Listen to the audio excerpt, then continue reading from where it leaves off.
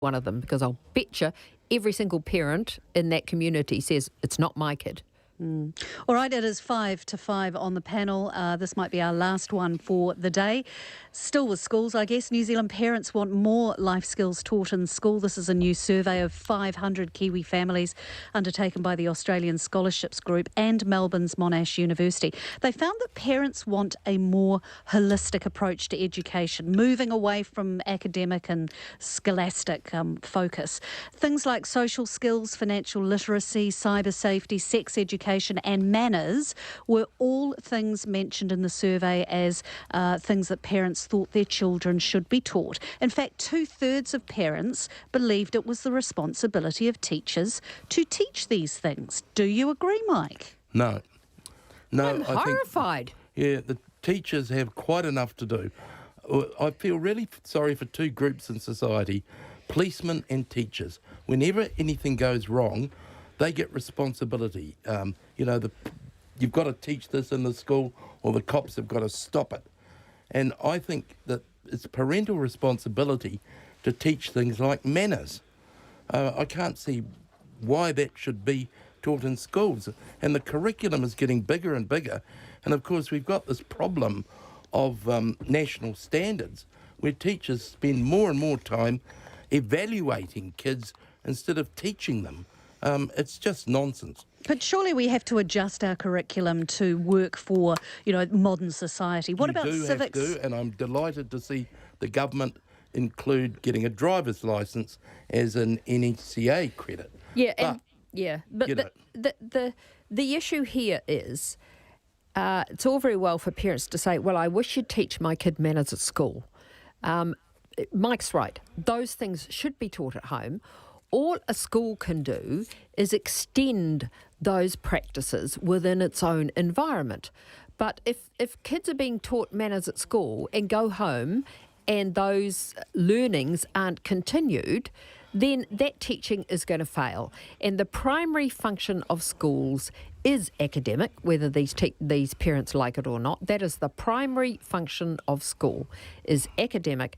And in my view, the parents who are saying, oh no, you need to teach my kid all these things, are probably the parents who are sticking the kids in front of television or a device at home and not sitting around the dinner table with them and saying, don't put your elbows on the table, don't eat with your mouth open, etc. And probably not disciplining their kids as well, because too many kids treat their parents with disrespect, and you can't expect them to treat teachers with respect if they're not taught those practices at home.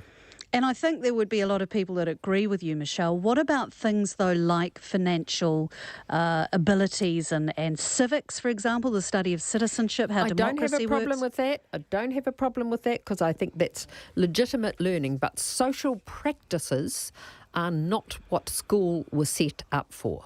See, interestingly, in this survey, there was an ethnicity differentiation there was a differentiation between the ethnicities answering the questions.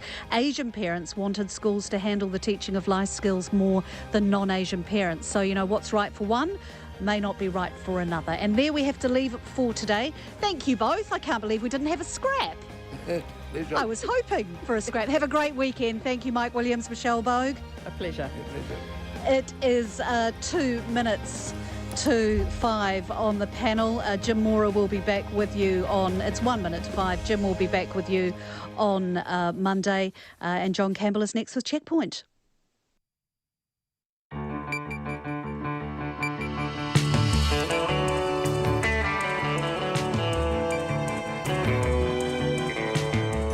Kia ora everyone. Tonight on the program, and thank you for joining us, the latest on the death of a New Zealand Special Operations soldier off the Coromandel Peninsula. The Defence Minister is going to join us live. It has been a really disastrous week on the roads. What are we doing wrong? I talked to two experts, and basically, bluntly, they say the problem is us, the way we are driving. Winston Peters, D-Day now looks like Monday, when the New Zealand First Board will finally meet. The couple who spent 5 years as underground captives and had 3 children during this time have been freed in Pakistan. Why Maori leaders say it's time to talk, and mental health and fighting suicide.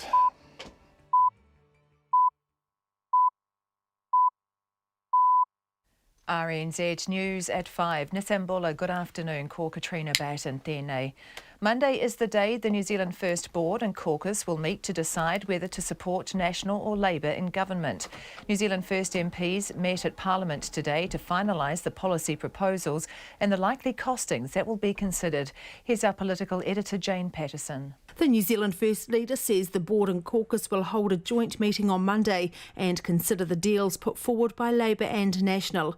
Winston Peters says he can't say when or exactly who will make the announcement about which parties will form the next government, as that depends in part on the outcome of that meeting. But he says he does recognise time is of the essence, and it will happen as soon as possible after the board and the caucus have met. Party officials from National and Labour are now on standby to meet as soon as the New Zealand First Board signs off on one of the proposals. From Parliament, Jane Patterson. The soldier who died during a training exercise this morning was a father of 4 who'd been in the Defence Force for more than 20 years. Sergeant Wayne Taylor, a member of the Special Operations Force, died during a maritime counter-terrorism exercise off the Coromandel Peninsula. Nita Blake-Person reports. Sergeant Taylor joined the Defence Force in 1993 and has served in East Timor and Afghanistan. The Army Chief Major General Peter Kelly says he has a wife and 4 children and will be remembered as an outstanding soldier, leader, family man and friend to many. A witness at the Coromandel beach of Port Jackson says the soldiers had been training on a boat off Channel Rock at Cape Colville. He saw men clad in black, some armed, bring Sergeant Taylor to shore early this morning and says paramedics tried for 90 minutes to revive him. He says he was told the soldier had fallen. The police are investigating. Cornita Blake-Person, tēnei.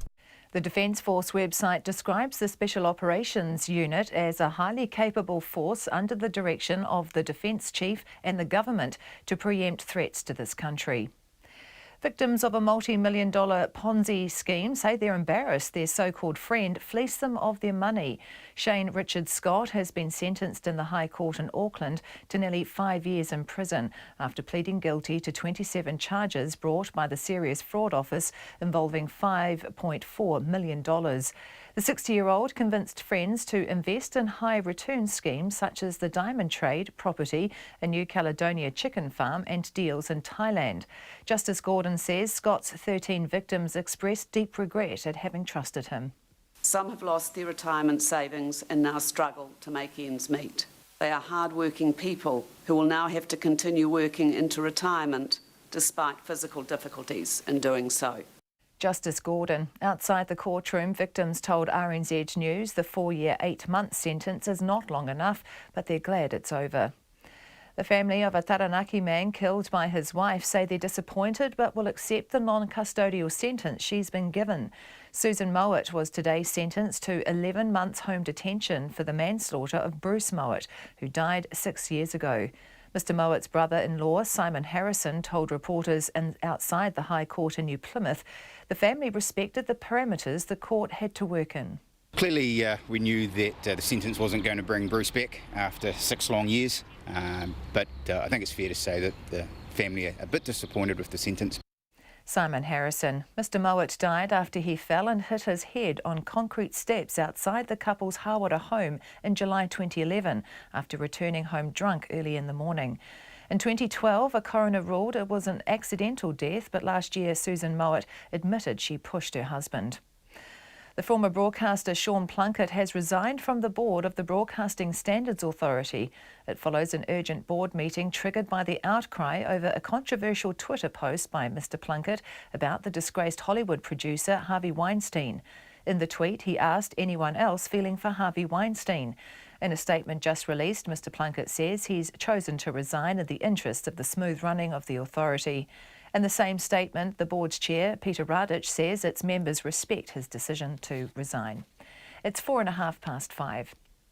To sport, and New Zealand football is awaiting word from the sport's international governing body, FIFA, over the fate of its World Cup playoff against Peru, amid reports Chile may protest it going ahead.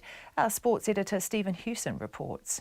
Lo que fueron los minutos de descuento en el Estadio Nacional de Lima, Perú. Peru and Colombia drew 1-1 while Chile lost 3-0 to Brazil on the final day of matches in the South American Confederation. The draw meant Colombia gained automatic qualification for the World Cup in Russia next year, while Peru went through to the elimination matches against New Zealand. The Colombian striker Radamel Falcao, who's played for English Premier League sides Manchester United and Chelsea, told Panamericana TV that he discussed the result of the game with the opposition, but denies any deal was brokered on the pitch. New Zealand football says it's aware of the reports but has had no indication from FIFA as to whether Chile is lodging an appeal. The All Whites are still waiting on confirmation of the dates of the home and away intercontinental playoff games, which are scheduled to be played in Wellington and Quito.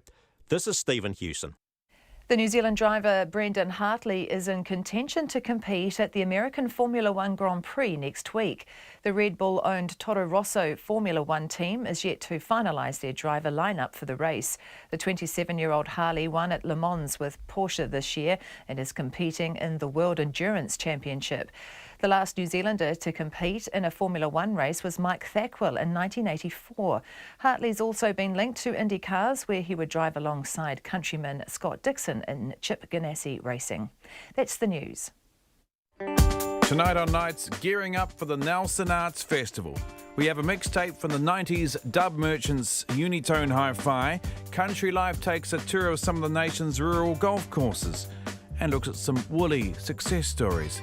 And given the day and the date, we have a Sonic Tonic dedicated to superstition.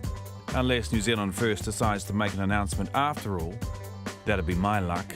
During Nights with me, Brian Crump, after the news at 7 on RNZ National. Met Service weather through to midnight tomorrow. Northland, Auckland and Coromandel. Cloud thickening with light rain developing this evening, clearing from the south tomorrow afternoon or evening. Bay of Plenty, Gisborne and Hawke's Bay, mainly fine with high cloud. However, a few spots of rain later today. Waikato to Wellington, including the central high country and also Wairarapa. Occasional rain clearing from the south later today, but returning late tomorrow. Nelson, Marlborough and Canterbury, fine or becoming fine this afternoon. A few showers tomorrow afternoon or evening, some heavy south of Christchurch. Bulla, Westland and Fiordland, a few showers turning to rain tomorrow with isolated heavy falls. Otago and Southland, scattered showers becoming widespread tomorrow, some heavy and possibly thundery with hail. And the Chatham Islands often cloudy with the odd shower. It's 5:05 and you're listening to Checkpoint. And thank you for being with us. We appreciate your company. Thanks, Katrina. Coming up on the program, the road toll and what can we do to reduce it.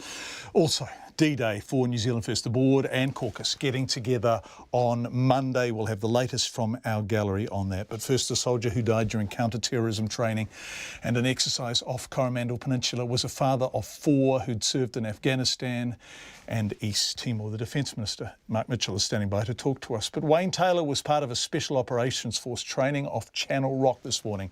When he died, witnesses described seeing armed men in black bringing him back to shore after reports of a fall during an exercise. The Minister next, but Nita Blake-Person first. The witness says he was alerted by a helicopter, then saw about 15 men clad in black, some armed, come ashore with the soldier in 3 rigid inflatable boats. He says they had been letting off flares and he had thought it was just part of an exercise. He saw the men carry the soldier onto the beach at Port Jackson. The helicopter touched down on the beach and a medic got out. The witness says the soldiers had been training off Channel Rock at Cape Colville and there were unconfirmed reports of a fall. He says medics tried to revive the soldier for about an hour and a half. The Defence Force says the soldier was Sergeant Wayne Taylor. He joined the Royal New Zealand Infantry Regiment as a member of the Army Reserve in 1993, joining the regular force 4 years later. Chief of Army Major General Peter Kelly says he will be remembered as an outstanding soldier, leader, father, family man and friend to many, as well as being an all-round top bloke. A Coromandel man says he sees defence personnel training in the area off the peninsula several times a year. Michael Adams runs Coromandel Discovery and says crews train 2 to 3 times a year off the coast at the top of the peninsula. Open, treacherous waters. Often see the ferry from Auckland delivering cars over and passengers to the great barrier, and sometimes it's almost submersible. It's pretty rugged. Police will be investigating the incident on behalf of the coroner. Maritime New Zealand is considering what, if any, involvement it will have. Sergeant Taylor, who served in both East Timor and Afghanistan, is survived by his wife and 4 children. For Checkpoint, this is Nita Blakeperson. Standing by to join us on the phone, and we really appreciate you being available, Minister, is Defence Minister Mark Mitchell. Are you there? I am, John. Yeah, terribly sad. And I don't know what the protocol is. I don't know what happens in the situation, because mercifully it doesn't happen very often. But have you spoken to the family? I haven't spoken to the family, although they know that I'm on standby when they want to hear from me. But you're right, the focus today has been ensuring that Wayne's wife, Andrea, and their 4 children have got all the support that they need around them. Yeah, absolutely devastating for them. What more can you tell us, if anything, about the circumstances of Wayne Taylor's death?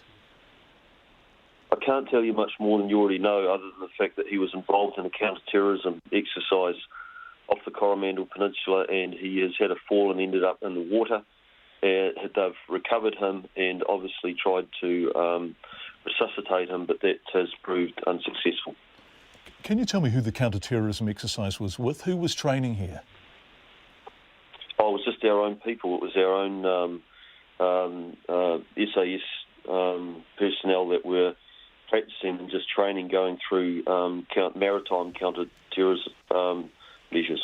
Okay, so the nature of their work means that the drills are very realistic and would involve an element of the kind of risk that they would expect to experience in combat, I guess.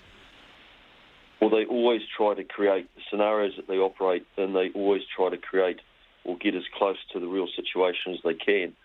That's what makes them so good, and they spend the absolute attention to detail in terms of trying to remove and plan to remove as much risk as possible in all of these exercises. But just by the sheer nature of the work that they do, it's impossible to remove all the risk.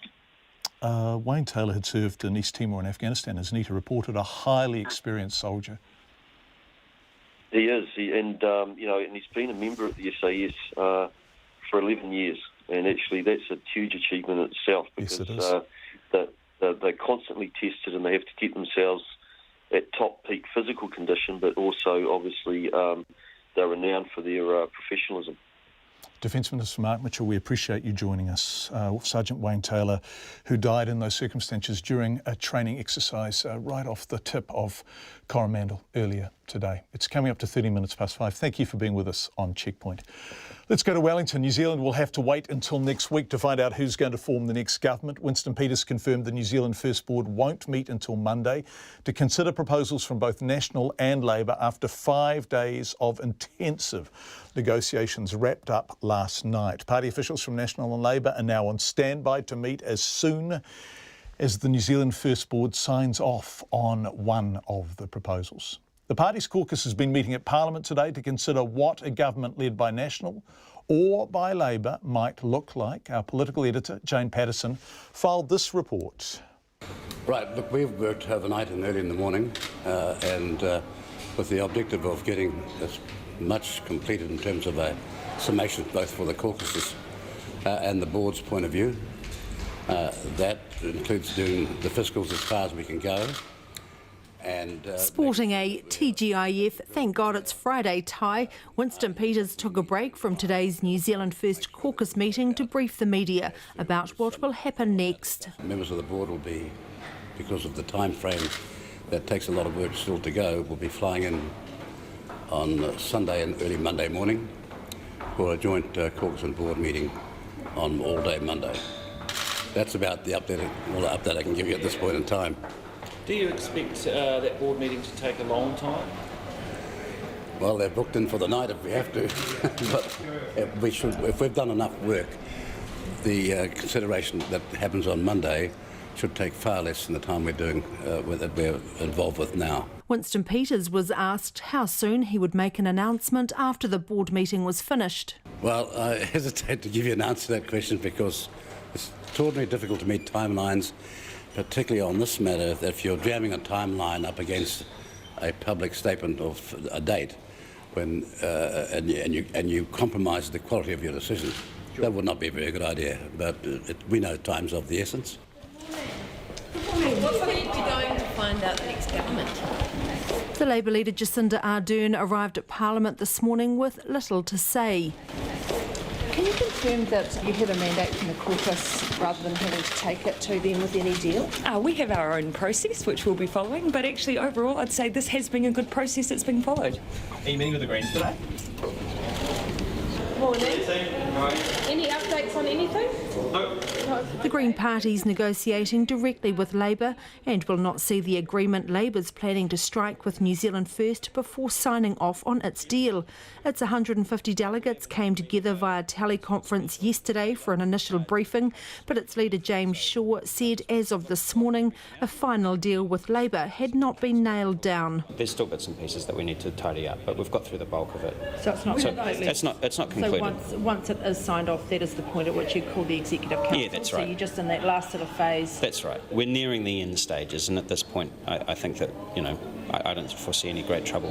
While James Shaw would not comment on specific negotiations, he still favours a coalition deal with Labour, which would mean a seat at the cabinet table.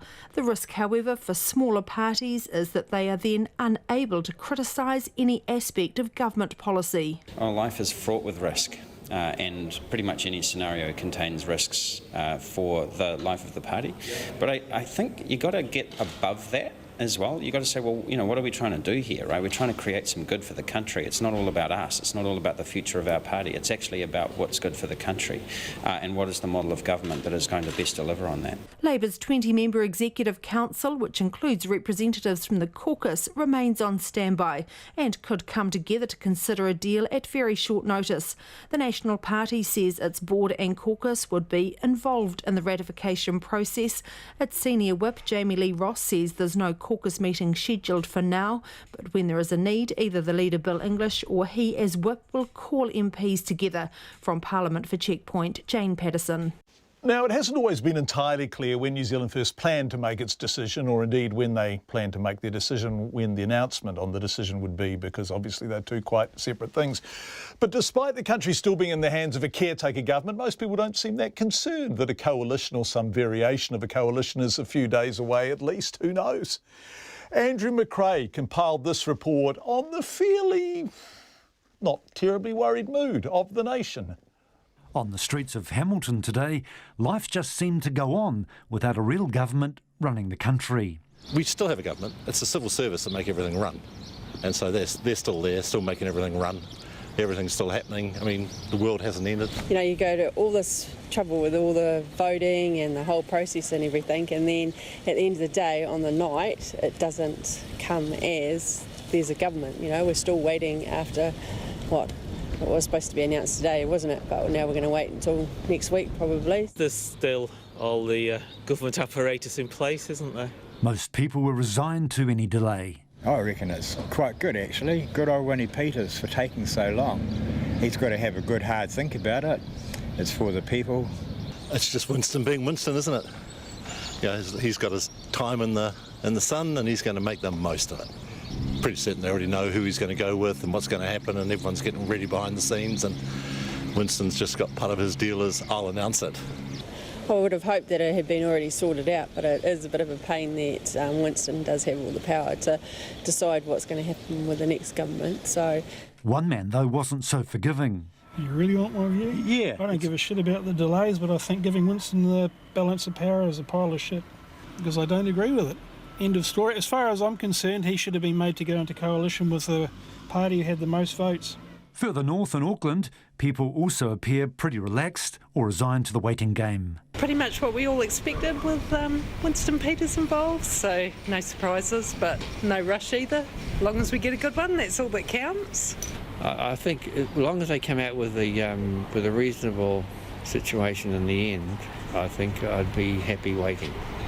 Winston's always been in it for the sport, and I think that if he can get a bit of extra sport and get up a few more noses, that's the game he's playing. In Nelson, views are mixed. So I'm just like, who's he picked? Like, has he picked one yet, or like, why is it taking so long? I guess it comes as no surprise. I think he loves the power of holding everyone at ransom. No problem. I think there's a big media hype about it, actually. Well, it's not a quick fix thing, so I think, if he's got the time, then take the time. This man in Christchurch thought the delays were utterly ridiculous. Winston Peters is just playing a game. He needs to actually make some decisions and make a choice. Leaving the whole country in indecision, it's not appropriate, really, to be perfectly honest. The mood of others in the Garden City is also being tested by the delay. I think it's very frustrating for most people. It's just taking too long and we seem to be held to ransom by one person, basically. And they're now saying that probably not this week, maybe next week. Is that? Yeah, it's all a bit cloak and dagger too. We don't really know what's going on. There's, people in back rooms doing all sorts of deals, and God knows what Winston Peters is asking for out of it. I'm sure there'll be a lot of other extras he'll want, all sorts of baubles. So, yeah, a bit frustrating all around. I do think it has taken a bit long. It would be good if they kind of got it together and got it sorted, and so we know we've got government governing. People are becoming frustrated because we just want answers. We just want to know who's going to be our government, who's going to be our Prime Minister. So, yeah, frustrating. People in Christchurch ending that wrap from around the country by our reporter Andrew McRae. 21 minutes past 5. You are with Checkpoint on RNZ, and thank you for being with us. A Hawke's Bay woman has been sentenced to 11 months home detention for the manslaughter of her husband 6 years ago. Now, this was a death the coroner had initially ruled involved no foul play. Susan Mowat, who has 18 previous convictions, including some for violence or threats of violence, appeared in the High Court in New Plymouth today for sentencing. Our Taranaki reporter, Robin Martin, was in court. Problem drinkers, Bruce and Susan Mowat had endured a tempestuous relationship for about 10 years before his death in 2011. Mr Mowat got a protection order against his partner in 2006, but despite this, the couple, who had 2 children, married in 2009.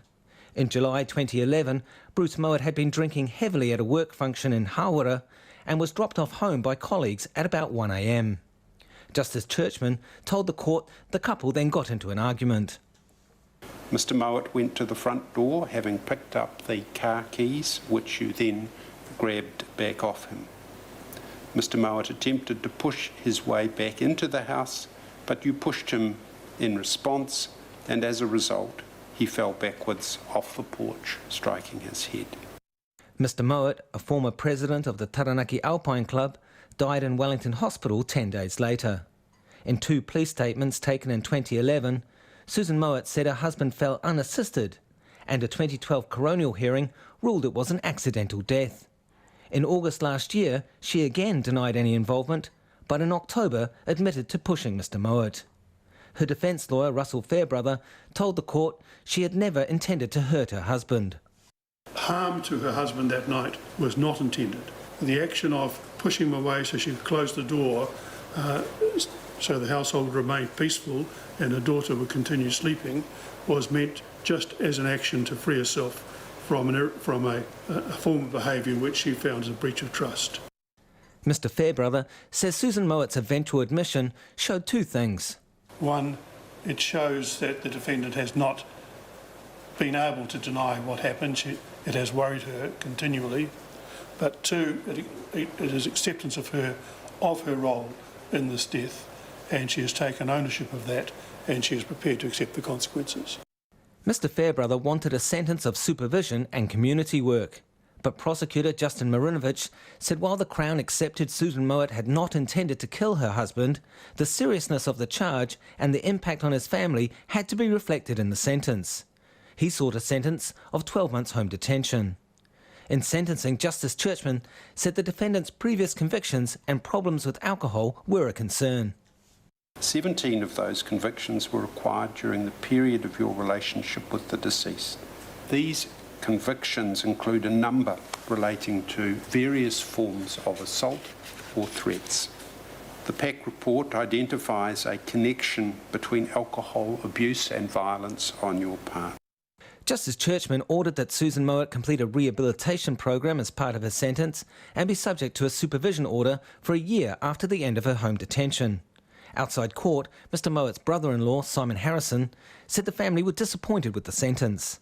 So clearly we knew that the sentence wasn't going to bring Bruce back after 6 long years, and the family respects the parameters within which the justice has to sentence, but I think it's fair to say that the family are a bit disappointed with the sentence, but well, as I say, no sentence was ever going to bring Bruce back. Mr Harrison said although the sentencing brought some kind of closure, the family was still struggling to cope with their loss. In New Plymouth for Checkpoint, Coromandel Martin Tierney. A severely intellectually disabled man's had his benefit cancelled by Work and Income because WINS didn't receive his yearly update form. Now, Johnny Robinson is 47 and was born with the developmental disorder microcephaly and also has schizophrenia. His father and caregiver, Cliff, says he filed Johnny's form in person. WINS says never got it. The dispute's just the latest in what Cliff says has been a 50-year-long battle to get help for Johnny and his sister, Cliff's daughter, Marita, who also was born with microcephaly. Cliff says he's hoping for a change of government and a Minister of Social Development with, and I quote, blood in their veins instead of ice. Zach Fleming has more. Dear Mr Robinson, this letter is to let you know that your supported living payment will stop on the 9th of the 10th, 17. Because you have not returned your declaration/renewal form. A letter from Work and Income to John Robinson. His 81-year-old father Cliff read it aloud to me because Johnny can't read or write. He has microcephaly and schizophrenia. This means your last payment will be on the 10th of the 10th. Which was Tuesday. The letter continued that Johnny needed to pay back money he owed for a dentist visit. So not only have they stopped his benefit but made him a pauper, but they're also saying you have to call within 7 days to talk about ways of repaying the $351 you owe us. I mean, how bloody insensitive can you be? I mean, fancy somebody who was a bit having depression or something, getting a letter like this saying you owe me money. The declaration/renewal form is the bog standard one almost everyone on a benefit has to fill out each year. For the record, Cliff says he did fill it out for Johnny and take it in to the Thames WINS office. I travel 380 kilometres a week to take Marita and Johnny into the vocational service, and when I go in the afternoon, I pass the office and I just popped in there one day. So, I don't even recall the day. But that's not the point of the story. Cliff says Johnny's benefit should never be suspended for anything to do with the yearly formality that is his renewal form. Johnny's microcephaly and schizophrenia aren't going anywhere. People like him didn't even used to have to file yearly update forms.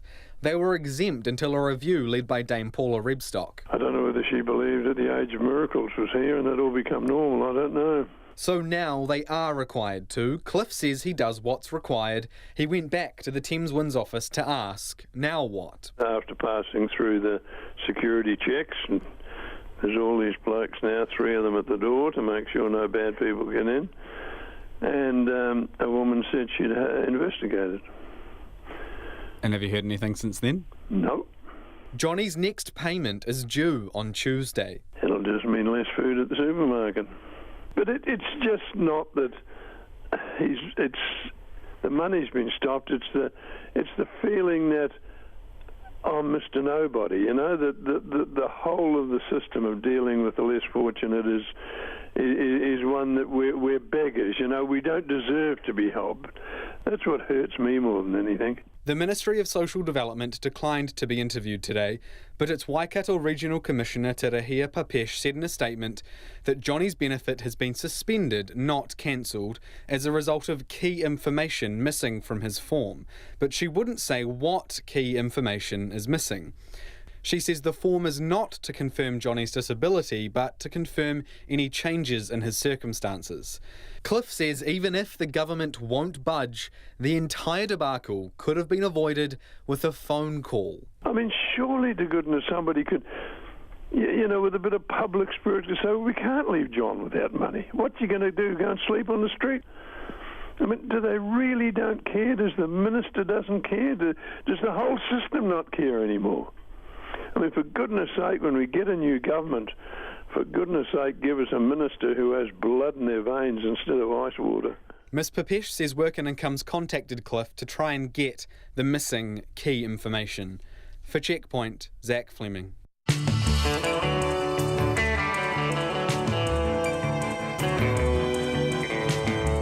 You're with Checkpoint on RNZ. Thank you for being with us. We'd love your feedback on any of the issues, stories, things we are covering tonight. You can text us 2101. You can email us checkpoint@radionz.co.nz. And we are, of course, on Twitter and on Facebook, where you can watch us live and also watch stories back after they have been to air. Coming up on the program, I go out with the police on New Zealand's most high-risk road, as defined by the AA. Why? Well, we wanted to talk about set aside all the big pictures discussions on the road toll and why it is so high, why we are having such a very bad year, up 40 or 50 deaths year on year from last year. And I wanted to do it with people who study road accidents and know what goes wrong most often. So that's coming up. Hollywood film producer Harvey Weinstein is now the focus of 2 criminal investigations. Nona has the end of the week business news, but miraculously, at 5:30, Katrina Batten. Let's just savour this. Here are the 5:30 headlines. Ta-da! The country should know the makeup of our new government on Monday when the New Zealand First Board and caucus meet to decide whether to support National or Labour. The party leader, Winston Peters, says he can't give a precise date or time, but says the announcement will be made as soon as possible. The Defence Minister has described the death of a soldier on a training exercise as a tragedy.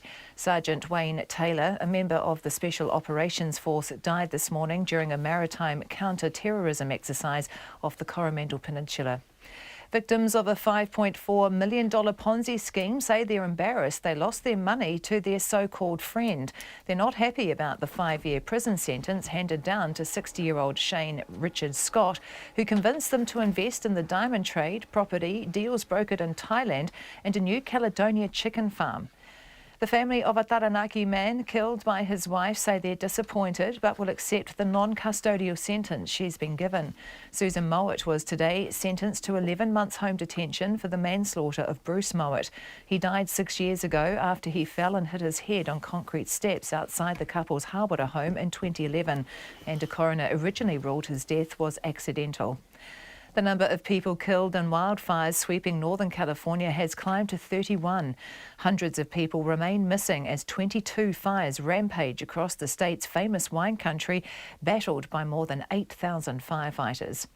An American-Canadian couple just freed from 5 years with the Taliban say they had been living in a hole during their time in captivity. Caitlin Coleman and Joshua Boyle were abducted in Afghanistan in 2012 and their 3 children were all born while they were kidnapped. Those are the headlines. I'm back at 6. Thank you very much indeed, Katrina. Let's turn to business news now with Nona Peltier. Hi, Nona. Hello. Sky City has bought 85% of Auckland's AA Centre. Yeah, it's a very large building on the corner of Victoria and Albert Street. 47 million they paid for it? Yeah, and that's only for part of the building, right? Did that need some TLC, that building? There's been a lot of scaffolding around it, hasn't it? Yes. No, that's a different one. Oh, is it? Okay, that's sorry. That's on a different corner. No, across the road. The yes, AA building is where you go to get your passports, isn't it? I don't know. Perhaps. Well, maybe where you get your passports, I don't know.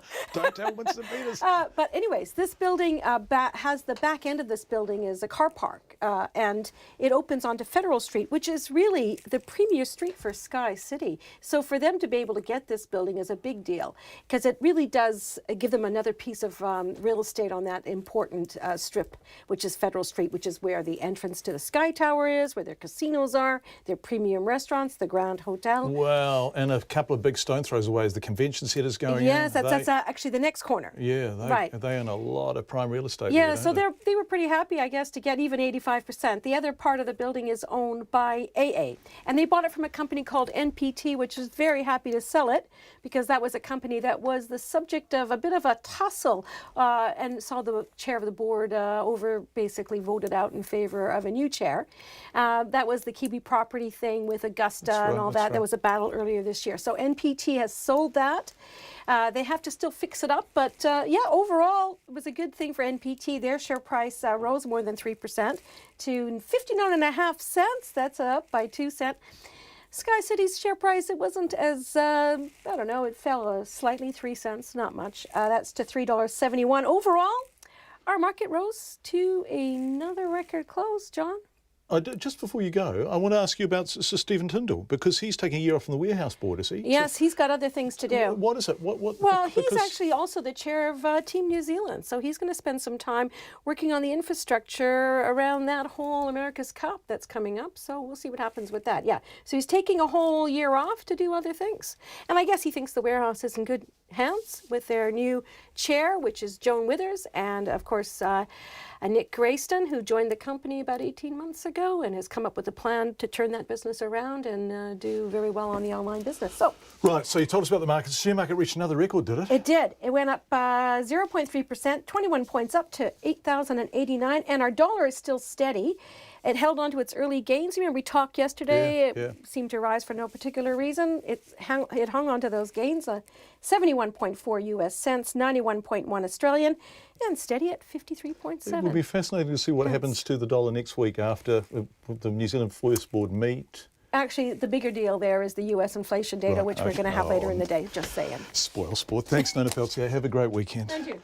Almost 5 years after they were kidnapped, an American-Canadian couple and their 3 children, who were all born in captivity, this is an extraordinary story, have been freed in Pakistan. Caitlin Coleman and Joshua Boyle were abducted by a Taliban-linked militant group while backpacking in neighbouring Afghanistan in 2012. The US President Donald Trump, who has been highly critical of Pakistan, said it represented a positive moment for relations between the two countries. The ABC's Stephanie March reports. At their home in Ontario, Canada, Patrick and Linda Boyle got a call this morning that they've been waiting 5 years for. It was authorities saying their son Joshua, his wife Caitlin Coleman and their 3 children were free. 20 minutes later, we were allowed to actually talk with Josh. So that's the first time in 5 years we got to hear his voice. It was amazing, and he told us how much he looked forward to, his children were looking forward to meeting their grandparents, and that he would see me in a couple of days. The couple were abducted in Afghanistan's Wardak province, a militant stronghold near Kabul, in 2012 and held by the Taliban-linked Haqqani network. At the time, Ms Coleman was pregnant, and authorities say she's had 3 children while in captivity, including a baby girl who was born 2 months ago. Details of their rescue remain scant. White House Chief of Staff John Kelly says Pakistani officials were instrumental in their release. They've been essentially living in a hole for 5 years. I mean, that's the kind of people we're dealing with over there. Luckily, and thank God that the Pakistani officials have took them into custody, so to speak, from the forces of evil in that part of the world.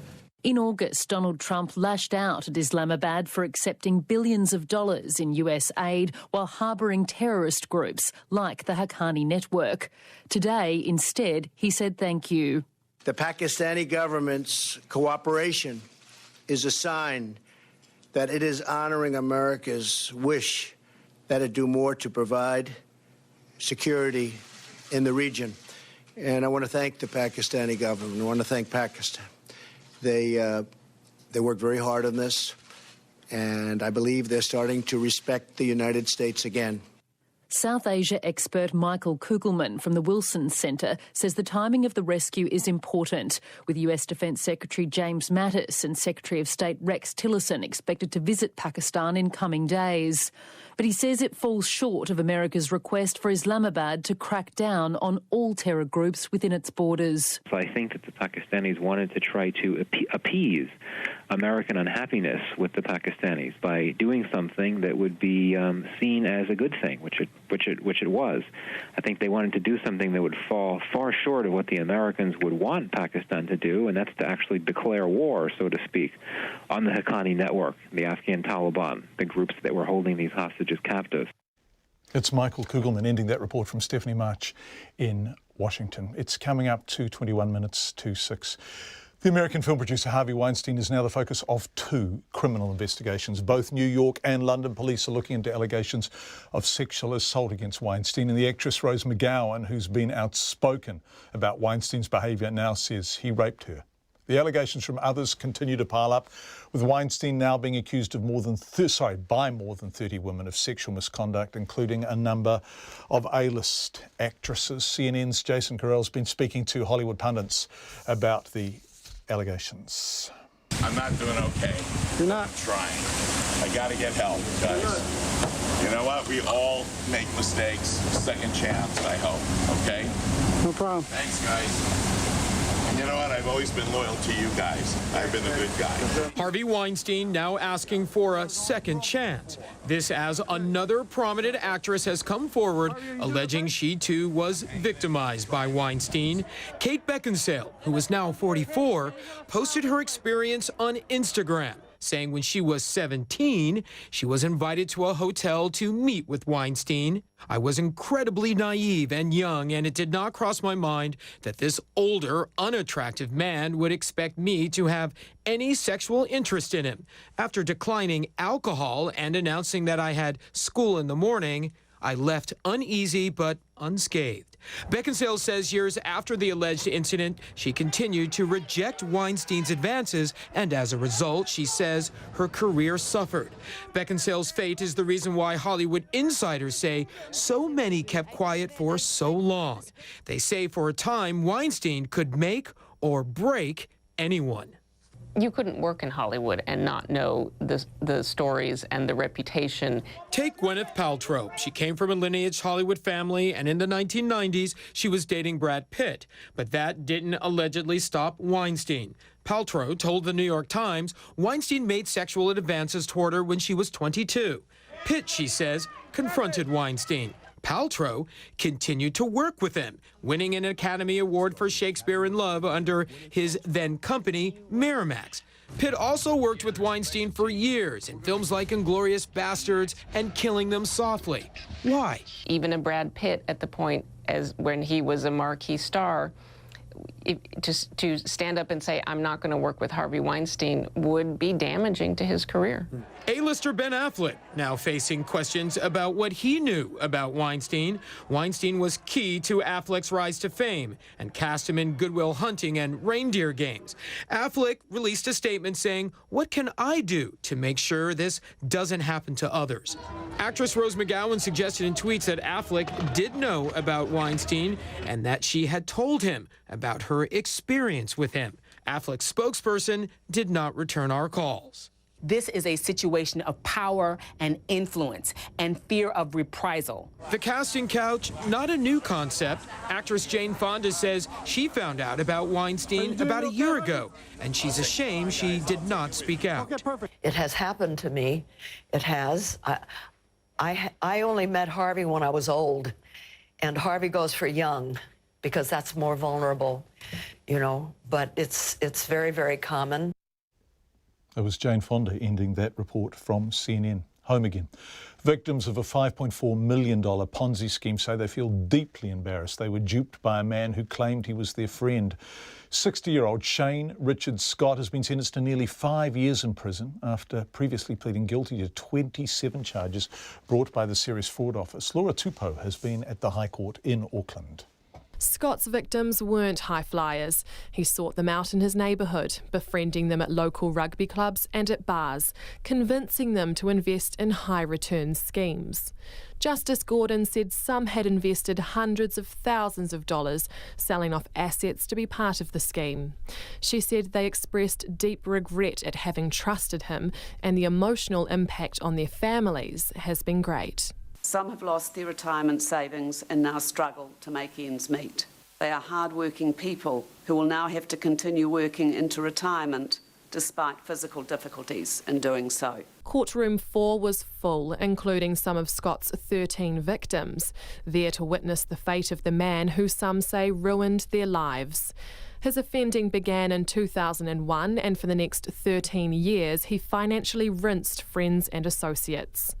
Justice Gordon outlined the yarns he spun them. Investments in diamonds, investments run through associates in Thailand, investment in a chicken farm in New Caledonia, investments in property development, investments with the ScoMA agency exporting fertiliser, exporting and importing tyres or heavy machinery, providing finance to importers for the purpose of paying import duties and or GST on products, and investment in an associate's business involved in providing credit to customers. $5.4 million was taken and $2.1 million is yet to be repaid to Scott's victims. But as Crown Prosecutor Nick Williams explains, that was inevitable. There were no investments, and of course those parties who had their money repaid were simply being repaid by the other victims who came later. Justice Gordon told Scott his deception was highly premeditated. Although the offending was not particularly sophisticated, in that you did not use elaborate or advanced methods to carry out or conceal your offending, you did go to the length of providing multiple written documents and contracts to investors over the years. It was not spur-of-the-moment opportunism. Scott sold property to try pay off his debt. He was declared bankrupt in 2015 and in a letter says he wants to pay everyone back before he dies. Justice Gordon sentenced Scott to 4 years and 8 months in prison, giving him credit for his remorse and his cooperation with the investigation. As he left the dock, he waved back to a tearful supporter in the gallery. Outside court, some of his victims said they were deeply embarrassed. They didn't want to be named or recorded. They're relieved the case was over, but say the sentence is not long enough, saying that's the reality of white-collar crime. Mō te hōtaka o te ahiahi, ko Laura Tupou hou. We turn now to the road toll. Much discussion of it this week. 297 lives lost so far this year, 14 dead in the past week. If one of those numbers was a name and a face to you, you'll know the pain of that. But what about the people who attend those accidents, who study them in forensic detail? What do those people, experts, want to tell us about how we can all be safer on our roads? I asked them, and in part I did it whilst travelling beside one of them on the highest risk road in New Zealand.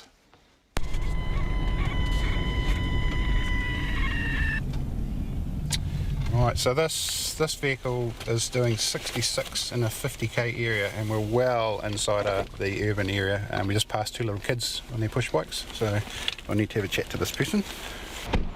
A chat, more chat later, including with the driver. Hi ma'am, hi, the reason I stopped you is it's a 50k area that you're doing 66. I'm so sorry. We're in Pairata, just outside Pukekohe, 50k south of Auckland. But it's the road behind us we've come to drive, so let's back up. State Highway 22, total length just 12.7k. And our tour guide is Pukekohe-based Section Supervisor, Sergeant Wayne Paxton. So we're just turning off at Drury, and we're going to head south down State Highway 22. Now, State Highway 22 between Drury and Pukekohe was, according to the AA, the worst road in the country for fatal crashes, which is a little bit sobering when it's my area and another sergeant I work with. This is our responsibility, so it's not a nice fact to have floating around us.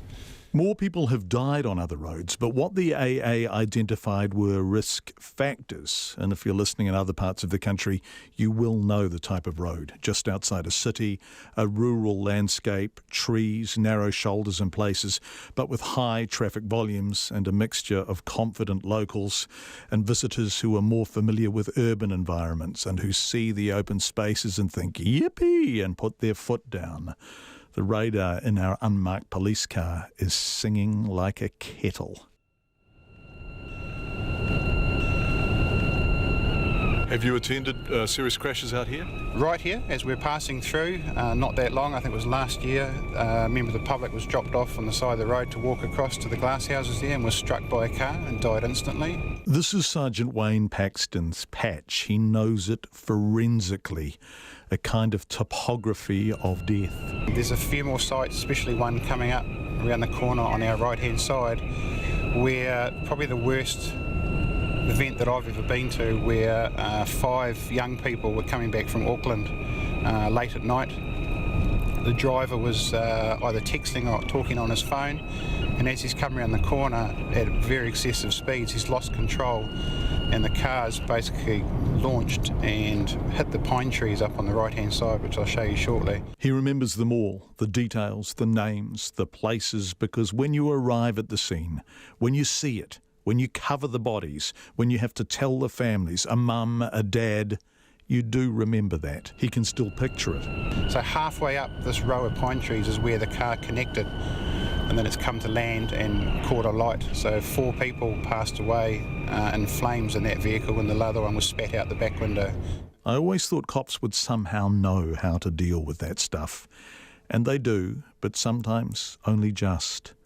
Back at Counties Manukau HQ, I talked to Constable Chris Peat, who's a full-time crash analyst. So I analyse all the fatal and serious crashes that happen within the Counties of Manukau district. Yes, that's it.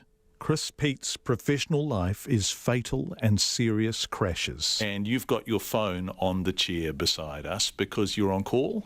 Yes, I'm on call. So if anything happens within the Counties of Manukau district, and that includes the motorways in our area as well, I'll be the one that'll have to attend them and deal with it. And it may be something truly horrific. Yes.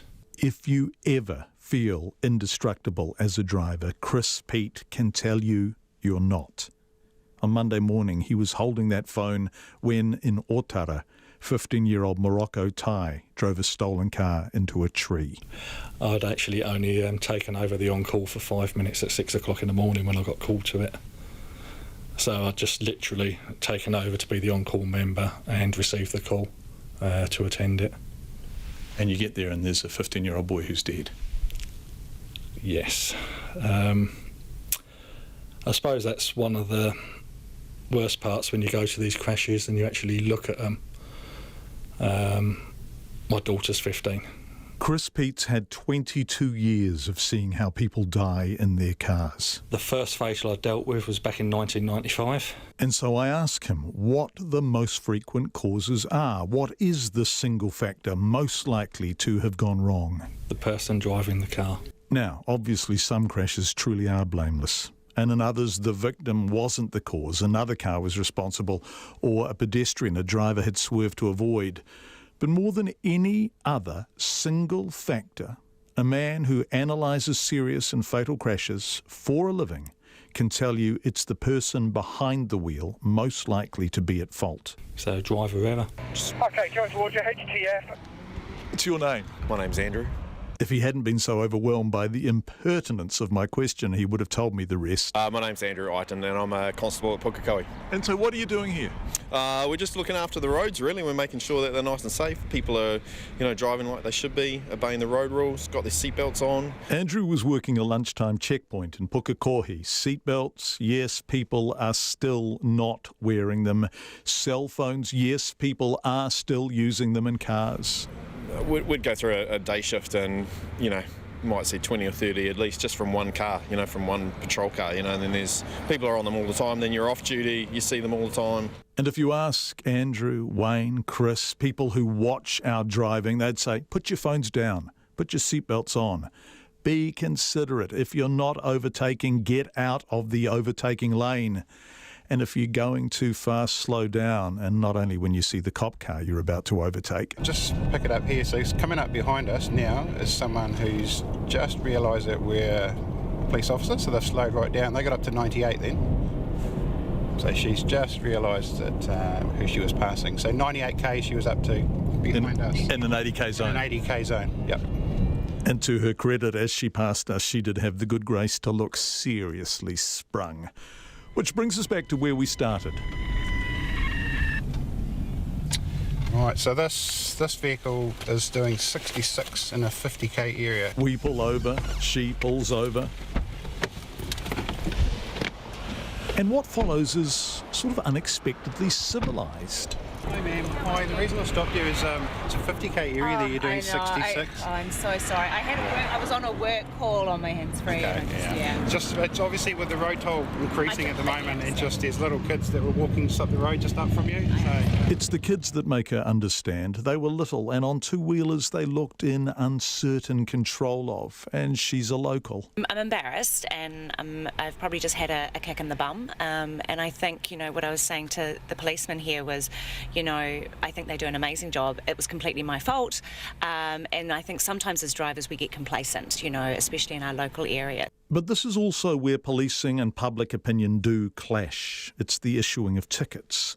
Was Sergeant Paxton making the road safer or raising revenue? This job is not about revenue gathering. It's far from it. It's From when I've been in the job, it's never been about revenue gathering. It is honestly about trying to reduce the death and serious injuries on our road. That's all it's ever been. Of course, the police would say that, and some people still need persuading of it. So I return to it as we drive. Are you on commission? Like, do you get $20 for every ticket you issue? No. I wish I'd get a brand new toaster sometimes. It's not about commission, and it's not about revenue gathering, and it's not about goals and things. It's about reducing deaths and serious harm on our road. That's why I come to work. I love my job, and I want to make a difference. A difference? How do you make it? How can we be persuaded to drive better, more considerately, more safely? Remember Chris Peet, of a man who's spent his professional life studying how we die on the roads, describes the most common cause as... the person driving the car. What do we do to make us buckle up, or put the phone down, or slow down, or get out of the way when we're going slow? Answer that and the road toll will plummet. In the meantime, the police will issue tickets, and when they drive, they'll remember every accident they ever attended where things went very badly wrong.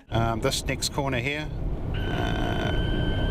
so right here was a motorbike coming north. He's lost control right on this corner and gone straight into the front of a people mover with 5 people in that vehicle. Now that vehicle also caught a light. Motorcycle rider died instantly, and the passengers in that vehicle were ripped out by members of the public while the vehicle was still afire. Wayne remembers them all. We head off 22 and along quieter roads towards King's Seat, onto the main road. A ute comes over the hill. The siren barely goes on and the guy pulls over. Fair cop. So this vehicle here, 117 coming towards us on King's Seat Road, which his speed was increasing at that time too. So I've actually locked him at 117, but his speed was increasing. So we'll have a chat to him. Another chat. Those chats are probably best avoided, but Wayne Paxton and Chris Peet back at HQ waiting to analyse the next serious crash. Just wish people could know what they know, what they've seen, without losing a loved one to learn it. You're driving a car at 50, your body's moving at 50. If you're driving a car at 100, your body's moving at 100. And for a person's body to go from 100 to 0 in a couple of seconds is not good for it. Chris Peet. 3 people owe their lives to 2 police officers honoured at the Police Association Bravery Awards today. Constable Darren Critchley and retired Senior Constable Ross Andrew put themselves at risk of drowning and hypothermia to help those in need. Reporter Charlie Drever was at the ceremony. There was applause and tears at today's annual Police Association conference in Wellington as 2 men were honoured for their outstanding acts of bravery.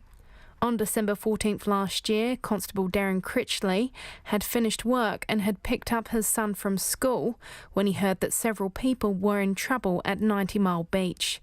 Stripping down to his underwear, he grabbed a surfboard and plunged into the water, braving treacherous conditions. He saved a man's life just moments before he disappeared under the waves. Carolyn Jench unfortunately drowned before Constable Critchley could reach her.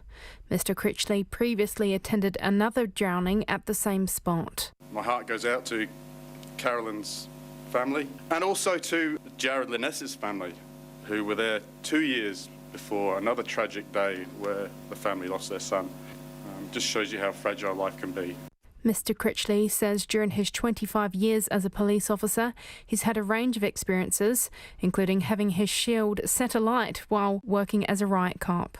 But that one, probably saving somebody's life, is the best thing you could ever achieve, really. And then the loss of life, that's the hard bit. It's right up there with the biggest jobs.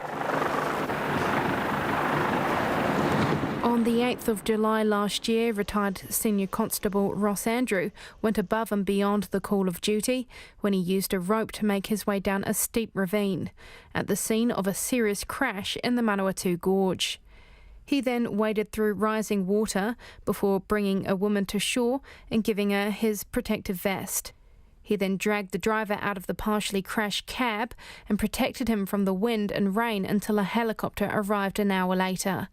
Mr. Andrew needed treatment for hypothermia at Palmerston North Hospital. He says risk assessment goes out the window in these situations. I knew I was getting cold, but I figured if I got really bad and if it was going to take a while, I could be swapped out. But I was there, I was wet, I was cold, I was there doing it. The Police Association President Chris Cahill says officers take risks every day. It's too easy just to think that the police officers go to work and should put themselves into these positions, but they don't have to, they choose to. They go forward while others go back when danger presents. Mr. Cahill says these examples show the stress officers face, which is why it's important they have support and a balanced life outside of work. For Checkpoint, I'm Charlie Drever. Coming up after 6, a very special story from Te Manu Kotahi reporter John Boynton about Mental Health Awareness Week. RNZ News at 6. Ngā mihi nui, good evening, ko Katrina Batanaho. Winston Peters hopes to make an announcement about which party New Zealand First will go with to form a government as soon as possible after his board and caucus meet on Monday.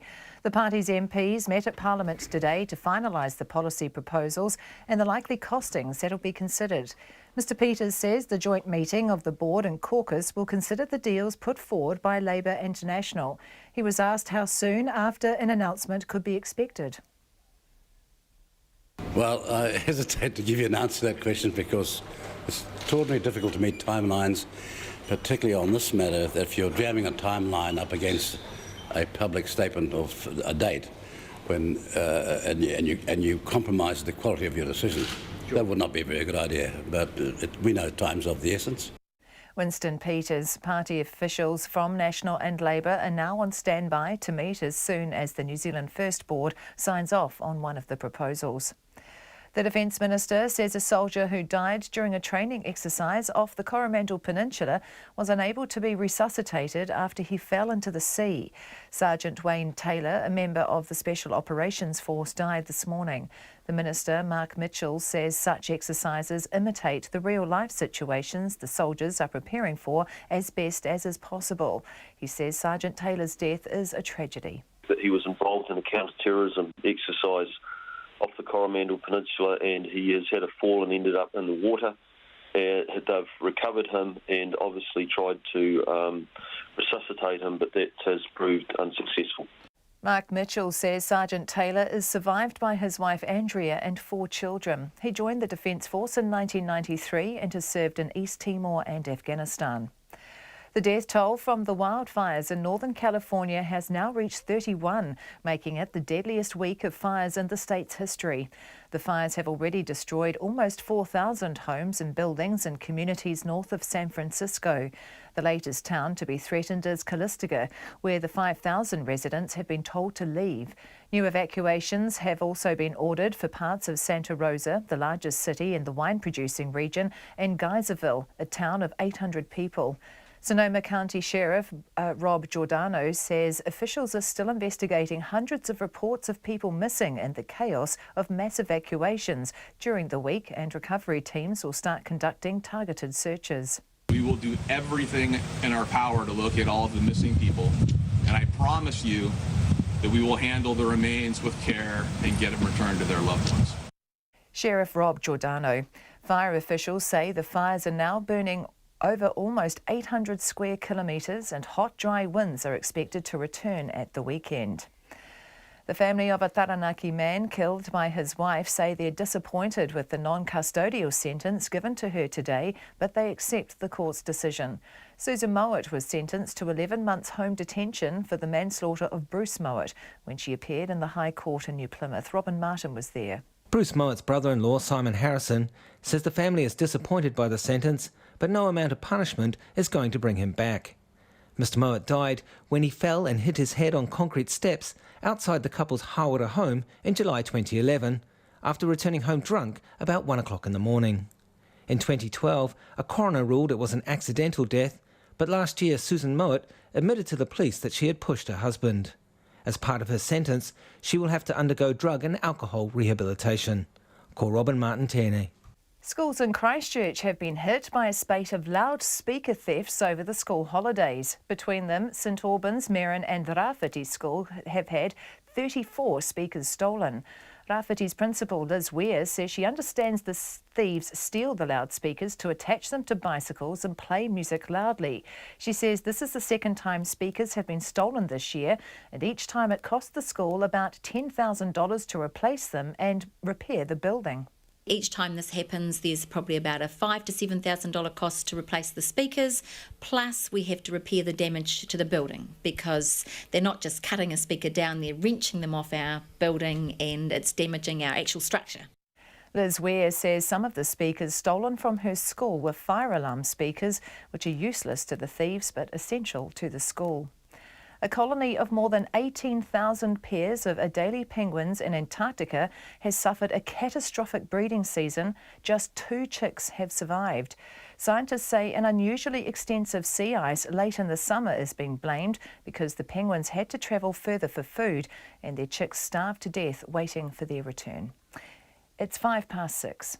In sport, cricket's international governing body has given the go-ahead to a Test Championship and one-day international league, and also told countries they're welcome to experiment with 4-day tests. A Test Championship has long been mooted to make the game more relevant as fans increasingly turn towards limited overs matches. The ICC's boss, Dave Richardson, says details still need to be worked out, but the championship will begin after the 2019 World Cup and culminate with a final in mid-2021. A 13-team one-day league will be introduced from 2021 and determine which teams qualify for the World Cup 2 years later. Auckland must beat Canterbury tonight if they're to guarantee themselves a place in rugby's National Provincial Premiership next year.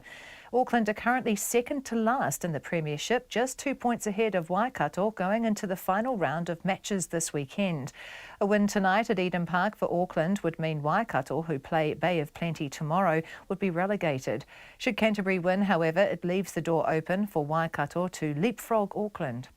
A ball thief has cost New Zealand golfer Ryan Fox 2 shots during the first round at the Italian Open. A fan took his ball on the 8th hole, forcing him to receive a 2-shot penalty. Fox is tied for 67th, 8 shots off the lead. And Waikato's Joelle King is through to the semi-finals of the US Squash Open in Philadelphia. That's the news. Hi, my name is Charlie Bill Hopkins. I'm here with my sister Gracie. Hi. Welcome to The Long Way Home, Te Araroa Trail, a podcast by my Papa Bruce Hopkins. Hi, Papa. G'day, Charlie. What is the Te Araroa Trail and why are you going to walk it? Charlie, that's a very good question. Join me, Bruce Hopkins, as I walk my father and brother's ashes home to Stewart Island, and along the way talk about whenua, whakapapa and whānau. The Long Way Home, Monday on iTunes, Stitcher, Spotify and at rnz.co.nz. Well, good luck, Papa. See you in 5 months. Oh, good. Met Service weather through to midnight tomorrow. Northland, Auckland and Coromandel. Cloud thickening with light rain developing this evening. Clearing from the south tomorrow afternoon or evening. Bay of Plenty, Gisborne and Hawke's Bay mainly fine with high cloud. However, a few spots of rain later today. Waikato to Wellington, including the central high country and also Wairarapa. Occasional rain clearing from the south later today but returning late tomorrow. Nelson, Marlborough and Canterbury, fine or becoming fine this afternoon. A few showers tomorrow afternoon or evening, some heavy south of Christchurch. Buller, Westland and Fiordland, a few showers turning to rain tomorrow with isolated heavy falls. Otago and Southland, scattered showers becoming widespread tomorrow, some heavy and possibly thundery with hail. And for the Chatham Islands, often cloudy with the odd shower. It's exactly 6:08 and you're listening to Checkpoint. Thank you very much indeed, Katrina Batten, and have a wonderful weekend. Thank you. You too. Thank you, and thanks everyone for being with us. Coming up in the next 22 minutes, a really important story, I think, from Te Manu Kōrehi reporter John Boynton about Maori and mental health. Big issues. Also coming up, a rather wonderful thing, and that is a documentary about Radio Dunedin, founded in 1922. And the documentary maker who has uncovered some really glorious characters is going to join us before the program is up. But let's begin with Winston Peters. Monday is D-Day, or is it? Who knows? Really and truly. For the New Zealand First Board and Caucus to decide whether to support National or Labour to form the next government. New Zealand First MPs met at Parliament today to finalise the policy proposals and the likely costings from both parties for consideration on Monday. Sporting a thank God it's Friday tie, the leader Winston Peters came down to brief reporters mid-afternoon. Members of the board will be because of the time frame that takes a lot of work still to go, will be flying in on Sunday and early Monday morning for a joint caucus and board meeting on all day Monday. That's about the update I can give you at this point in time. Do you expect that board meeting to take a long time? Well, they're booked in for the night if we have to, but if we've done enough work, the consideration that happens on Monday should take far less than the time we're doing that we're involved with now. And would you be expecting to make a public statement at some stage after that board meeting? Well, I hesitate to give you an answer to that question because it's extraordinarily difficult to meet timelines, particularly on this matter, that if you're jamming a timeline up against a public statement of a date and you compromise the quality of your decision, that would not be a very good idea. But we know time's of the essence. I did give an answer yesterday which has been seriously misconstrued. I was asked, will you have a decision by the end of next week? And I said yes. And then I see headlines saying they're making a decision by the end of next week. Well, that's not what I said. You know, words are rather important. So it would be your expectation, if possible, is that it would be far sooner than that? Yes. That's what we're working on. In terms of the issues, have you had any more contact with either the leaders of National or Labour ministerial positions or current or working for? Not on those issues, no, because we have to get the policy thing cleared up first, and also an understanding of the fiscals. We've been through their budgets and our own, and we've got to make sure that we do agree on the figures we're talking about. So still a bit of work to go on nailing down the policy? Well, we've got the fiscals all done, but we've got to make sure they agree with them.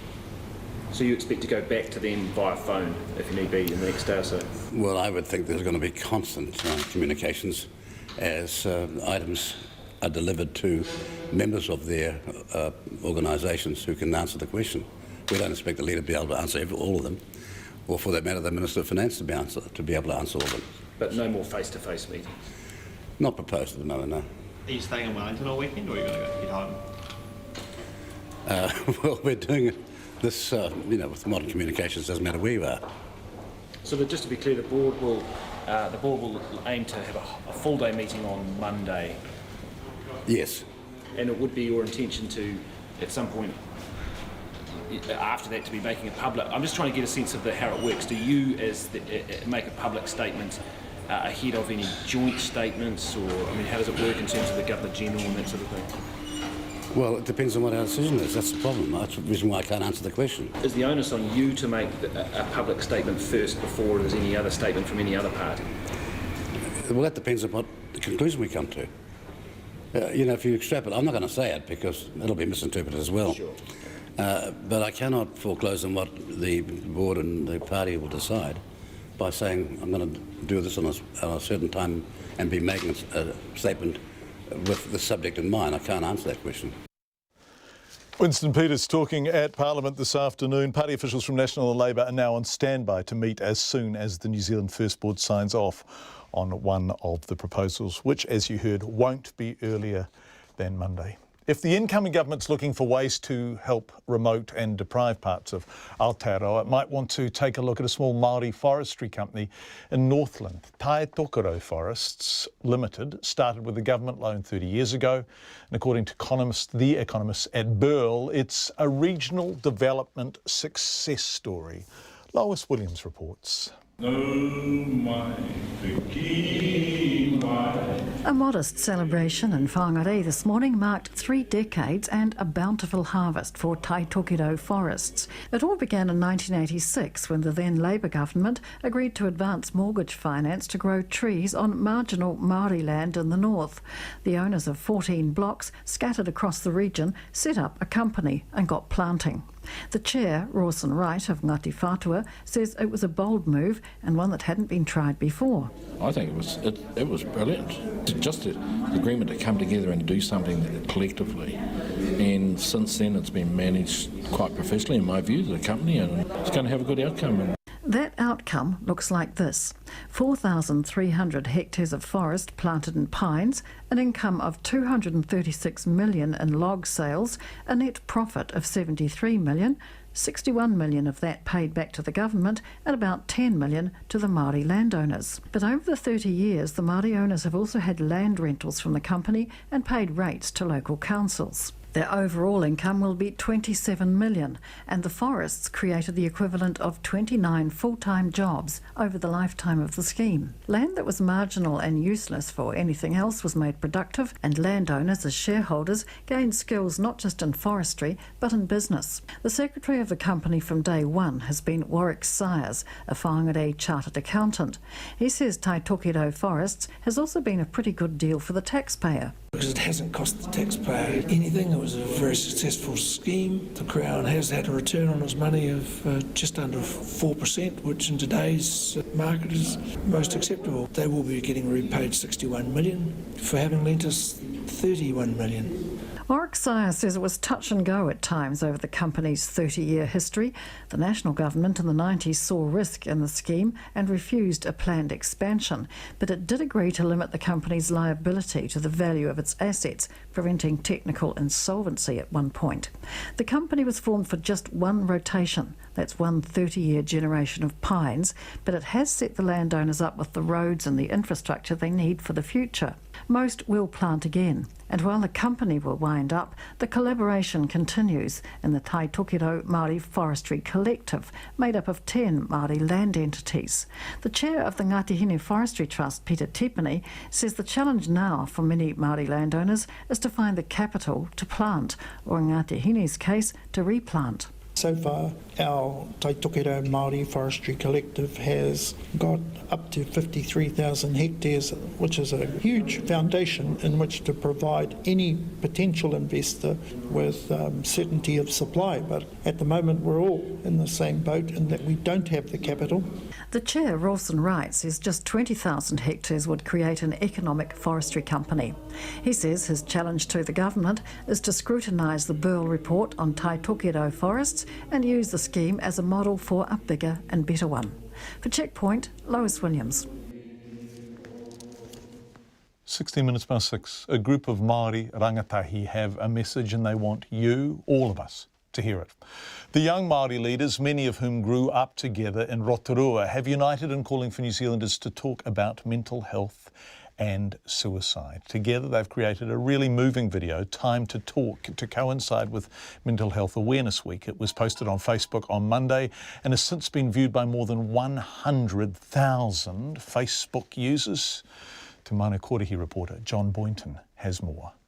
Aotearoa, it's time to talk.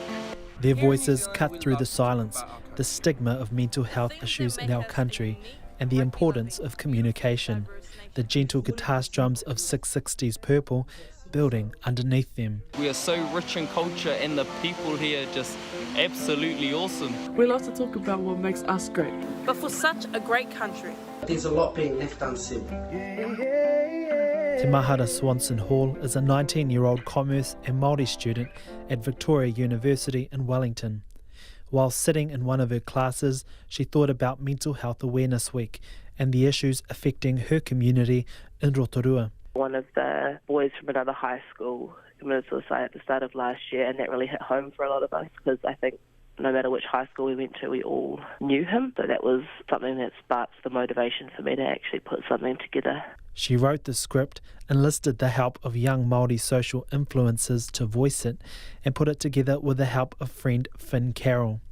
Feedback from the video has been overwhelming. I wanted to generate conversation in a country that is so amazing for lots of different things, but when it comes to mental health issues, no one really talks about it, and I think it's important that we realise that it is necessary for our country to talk about.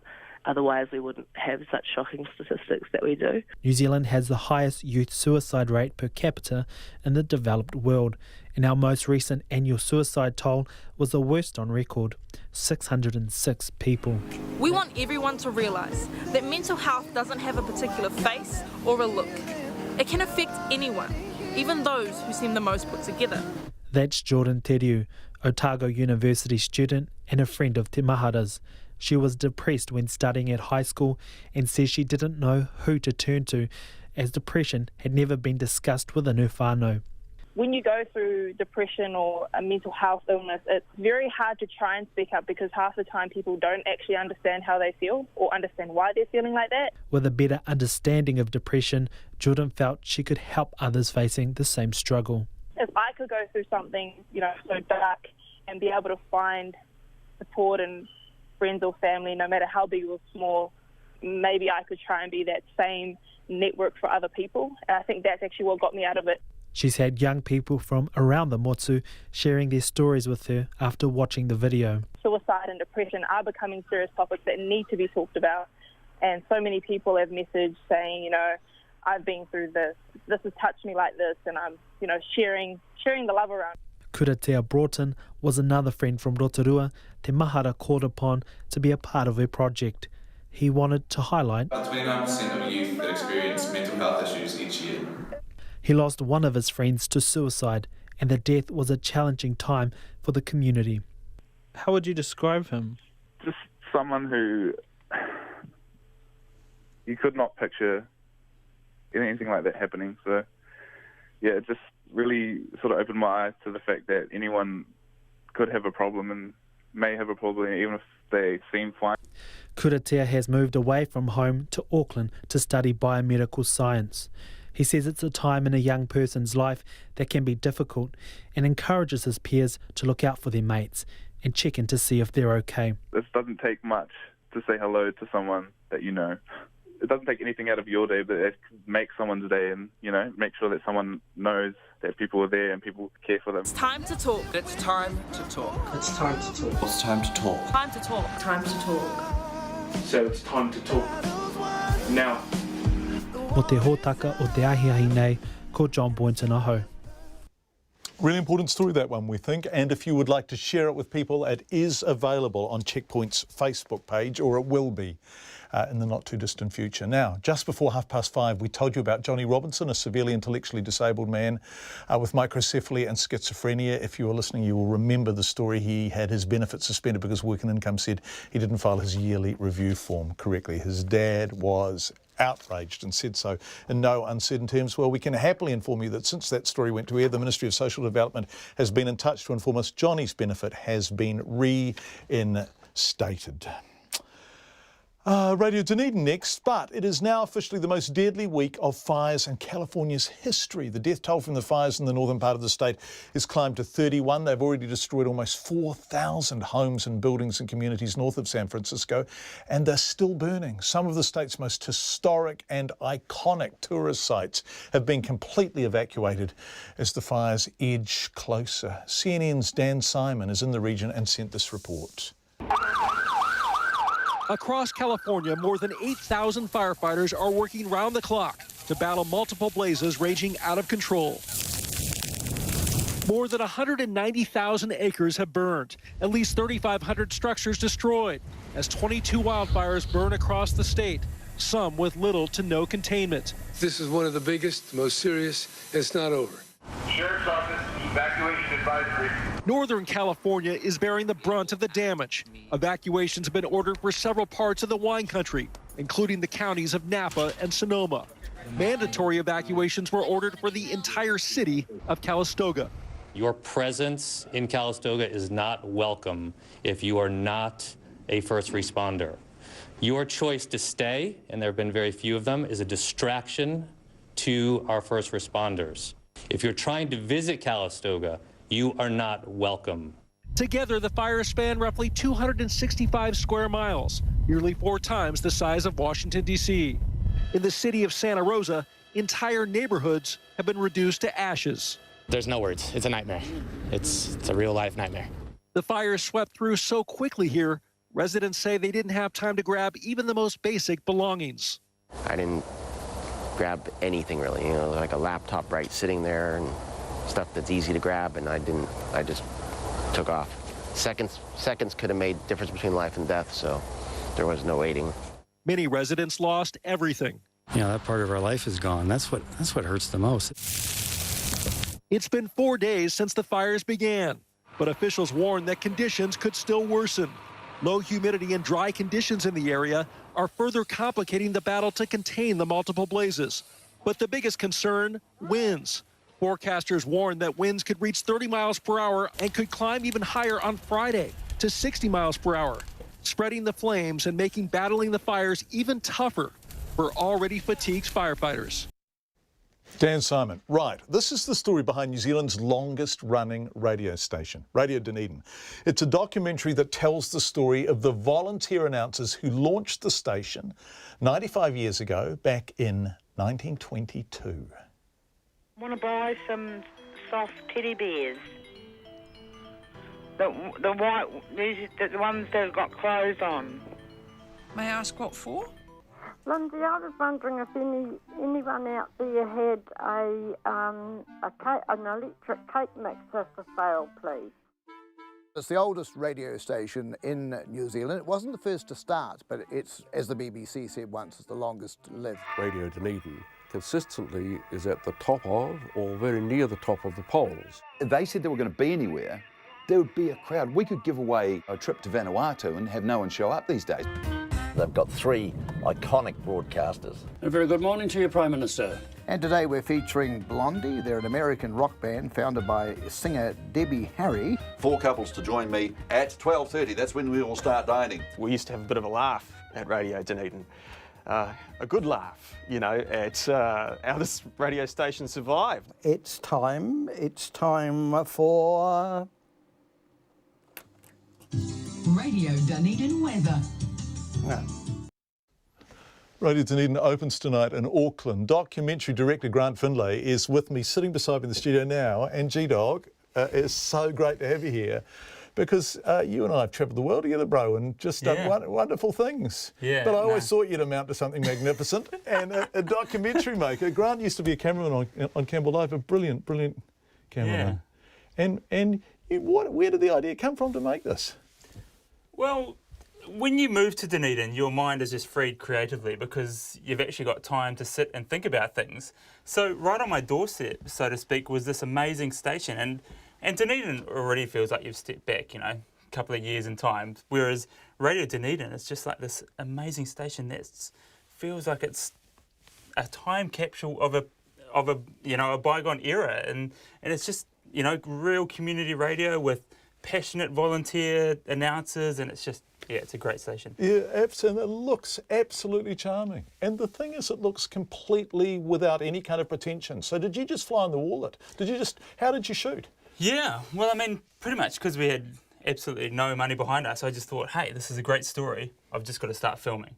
You know, at one point I was like, oh, should I hire in some gear and, you know, go with the whole 4K thing? But I was like, you know, let's just start filming and see what we get. So when you started filming, where did you start filming first of all? Did you go and sit in the corner of the studio and just film the announcers working? Yeah. Yeah. Yeah, just caught footage and saw what happens, you know. And then sort of stories started to emerge about people who have been volunteering on the station for 50 years.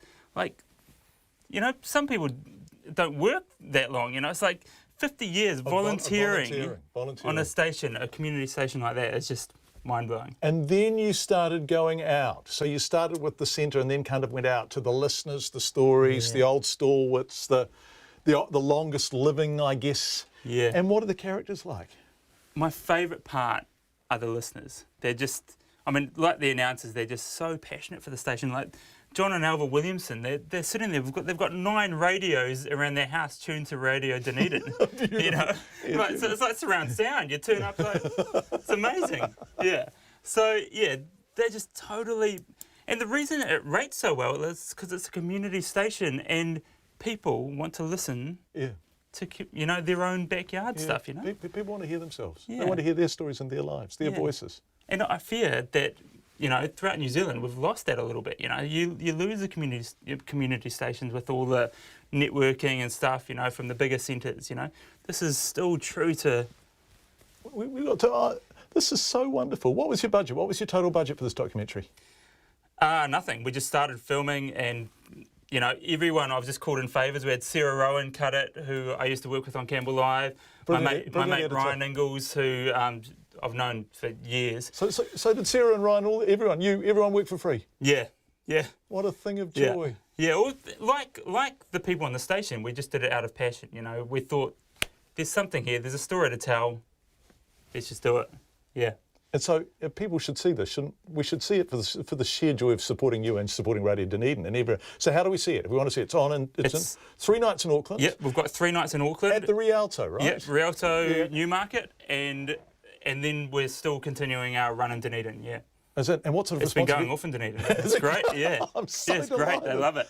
Yeah. Yeah, What's it like? really good. What's it like? We got to finish by 6:30. What's it like sitting in the audience and watching people watch it? The most nerve-wracking thing I've ever done. Like when I had the premiere in Dunedin, my stomach was just in knots. I felt like I was going to throw up. But afterwards, great, you know, great reception. Everyone loved it. Yeah. I can't wait to see it. I'm really proud of you. What a wonderful thing to have done. Yeah. Go G-Dog. Pretty cool. Yeah. You're pretty cool, bro. Grant Finlay, who made the documentary. What's it called? Radio Dunedin. Just Radio Dunedin. Yeah, Radio Dunedin. Yeah. Yeah, good. Yeah, congratulations. What a lovely way to end the week. Thanks for coming in. Cheers. Yeah, cheers, bro. Good to see you. That's Checkpoint for tonight. What a lovely way to end it. Thank you, everyone, for being with us. On behalf of our excellent team, let's have a shot of them. Look, there they are. Well, there's the butt of one of them. Have a wonderful weekend, and we'll be back Friday, Monday, whenever, at 5. RNZ News headlines at 6:30. The Defence Minister says a soldier who died during a training exercise off the Coromandel Peninsula was unable to be resuscitated after he fell into the sea. Winston Peters hopes to announce which party New Zealand First will back for the government after his board and caucus meet on Monday. The death toll from the wildfires in Northern California has now reached 31, making it the deadliest week of fires in the state's history. And at least 54 people have died and 40 are missing as destructive floods batter northern and central Vietnam. Our next news and weather is at 7. This is Trending Now, our feature highlighted in the stories you've been sharing via digital and social media. Focus on politics is along shortly, but first this from This Way Up. Today, the number one killer in women is cardiovascular disease and heart attacks, killing more women than all cancers combined.